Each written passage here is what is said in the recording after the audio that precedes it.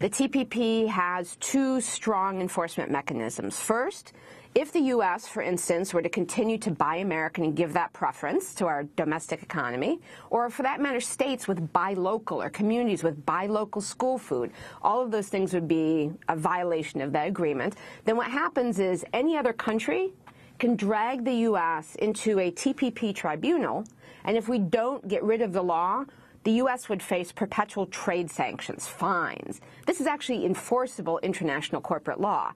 But worse, in the TPP provisions on investment would make some of the TPP constraints on policy actually enforceable by private individual companies, where an individual company could privately enforce a public treaty by insisting the U.S. government compensate the private investor or company out of our taxpayer dollars for any violation of the agreement that undermines their expected future profits.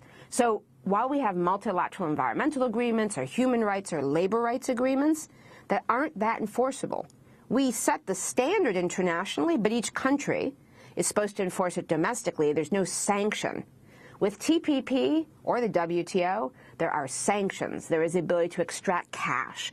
And that's what makes these agreements so dangerous and why everyone needs to talk to their member of Congress in the House of Representatives and get an eye-to-eye commitment. Will you vote no on fast track? Do not give away your constitutional authority to save us from these bad trade agreements.